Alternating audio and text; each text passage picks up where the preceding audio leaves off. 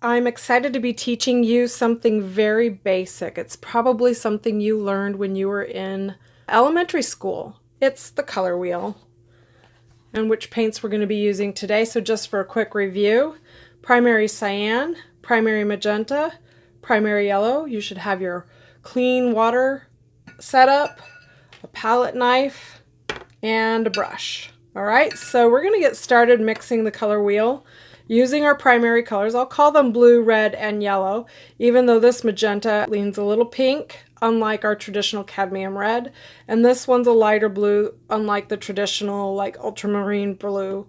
So here we go. You can use heavy body or you can use fluids, but today we're using heavy body.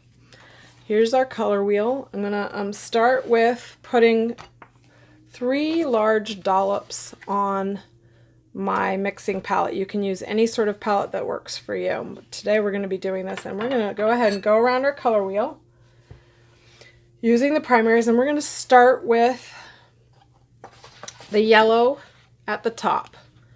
And if you have a challenge at all of remembering where we're going to place these, we're going to put a Y here for yellow, count 1, 2, 3, and put an R here for red, 1, 2, 3, and put a B here for blue. I usually work with the lightest colors at the top and the darkest colors at the bottom. And that helps me also later when I'm deciding which palette I'm going to be using for my painting.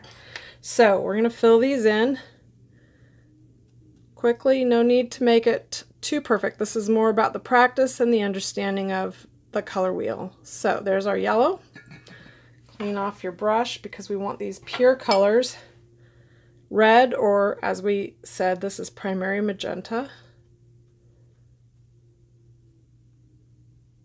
Our cyan or blue. And remember, any 3 primaries work for this project, and you can experiment over and over again with any 3 primaries.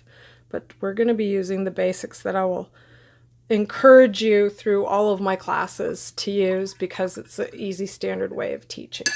Okay, so we've got our palette laid out. Now, hopefully you remember yellow and red make orange, red and blue make purple, and blue and yellow make green. We need like a blue-green, kind of like a turquoise phthalo there, a green-green like a Kelly green, and a light green or a lime green. So those are going to be the 3 that I mix up first. In order to make that beautiful blue-green that everybody seems to lean towards as their favorite. I know it's my favorite. I'm going to put a generous amount of the blue. Remember, the tinting strength of the blue is much stronger than the tinting strength of the yellow. And I'm going to have a clean palette before I give myself just a little bit. And we'll see if I've gotten it to. So one thing when you have a little bit darker colors and you're having a hard time seeing exactly what it is, I don't want you to use too much white, but you can have white on hand, which is important, to put just like a teeny little dab so that we can lighten it, so that we can see it on our color wheel. And I think that makes a really nice blue-green right there. Now, for our next round, we're going to go for greener green than that. Cleaning off my palette knife. I just need maybe a little bit of blue like that. And we're going to need a lot more yellow because the blue is a stronger color than the yellow. So I'm taking like half of that, and we're going to see where we end up with it. Sometimes it takes a little practice mixing. Do it several times until you get it right. This is a project that you can do over and over again, and you're always going to learn more and get better at it as you go. And I've done it many times over the last few months with Color Crush Creative, so I'm getting pretty comfortable with that. See, that was a great mix right there. Now, for our last one, we want like a light green, lime green. I want almost no color on my palette when I'm mixing with yellow. So here I have just a little bit left on my palette, and I'm going to put it over here, and that's all I'm going to use to start. And I'm going to mix it with a lot of yellow and see if we get ourselves to a nice bright lime green.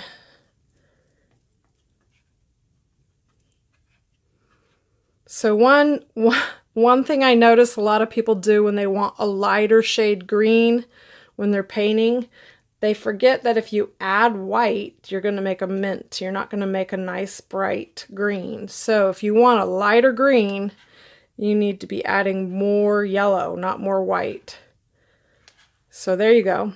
Now we've got 3 different shades of our green.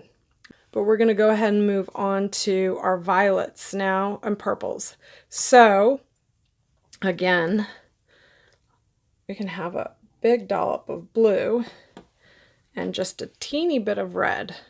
All right, a teeny bit of red, and we'll start there to make ourselves like an indigo color. So it's kind of our darker shade of blue. It doesn't need much to turn that blue into a darker blue that leans red. I think I'm going to want just a tad bit more, not much, a little at a time. It's harder to undo it than it is to do it. So, and I'm liking where that one's going, so I'm going to leave that. All right, and leaving the little bit that's on my knife now. I'm going to have a lot more red and start mixing that. And that one's going to be, that leans too much red. So if we're going to have a nice even purple in between there, I'm going to need a little more of this here and see if we get that good in between. Still not quite where I want it to be, but we're getting there. So this is a really dark color. I'm thinking I'm just going to give just a teeny dab. Remember, we're just getting a little teeny dab of white so that we can kind of see where it's going and make it the purple shade that we want to bring out that color a little. Yeah. I feel like it needs just a teeny bit more blue. And let's see.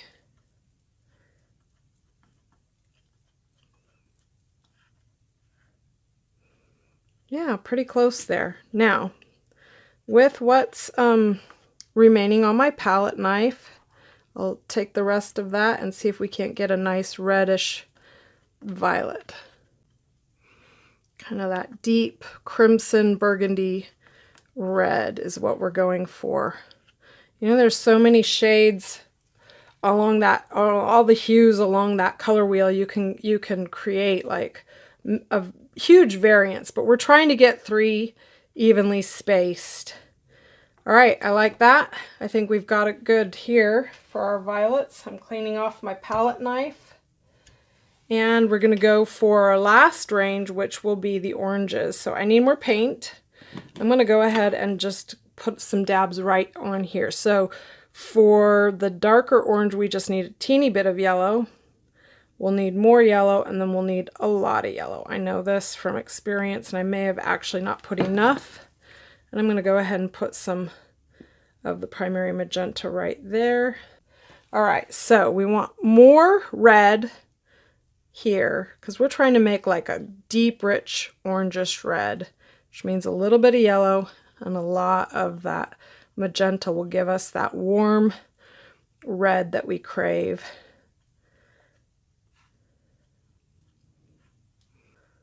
Maybe I did need a little bit more. You can't undo it, but you can always add more. All right, that one's looking good. All right, I'm going to leave what's on here and see what happens when I mix here and see if we can get our nice medium tone orange. And I think that's working beautifully. Might need a little more.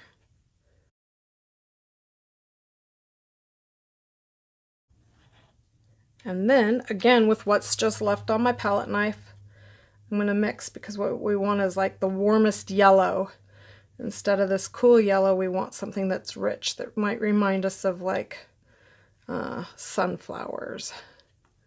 So just a little bit of that red should get us there. Don't mix in with your other colors. That'll taint it. That's a whole nother project of how to make browns and neutrals. So we'll just stick with this today. I wanted just a tad bit more, and I think that I've got it right where I want it to be. All right, I like it. Let's make it, mix it and put it on our color wheel. So yellow and red make orange, and I'm going to go ahead and take this lightest color, and it goes here.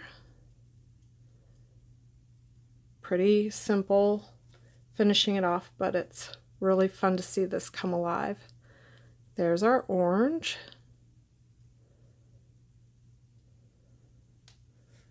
And our red, or, you know, we've got a red magenta here, but this one's a orange or red, a deeper, richer, warmer color. There we go. Clean off my brush, and then we're going to keep going around that wheel. So the next color should be this very violet, red, crimson, maroon, whatever you want to call it. It's got a lot of different names, but it's a very luxurious color there. And then we've got our purple. 2018 color of the year from Pantone. Can't argue with that. And then our last one, which is a dark blue or indigo.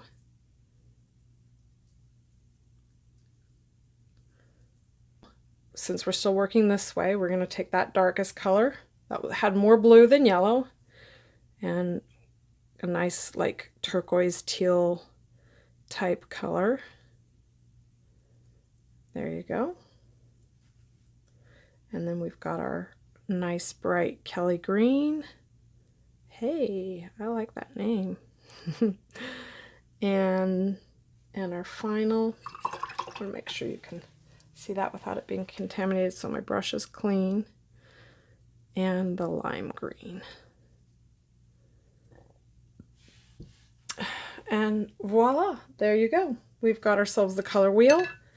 Please let me know if any of you have ever taken the time to mix the color wheel before. And when you're finished, I'd like to hear from you about how you felt about this exercise.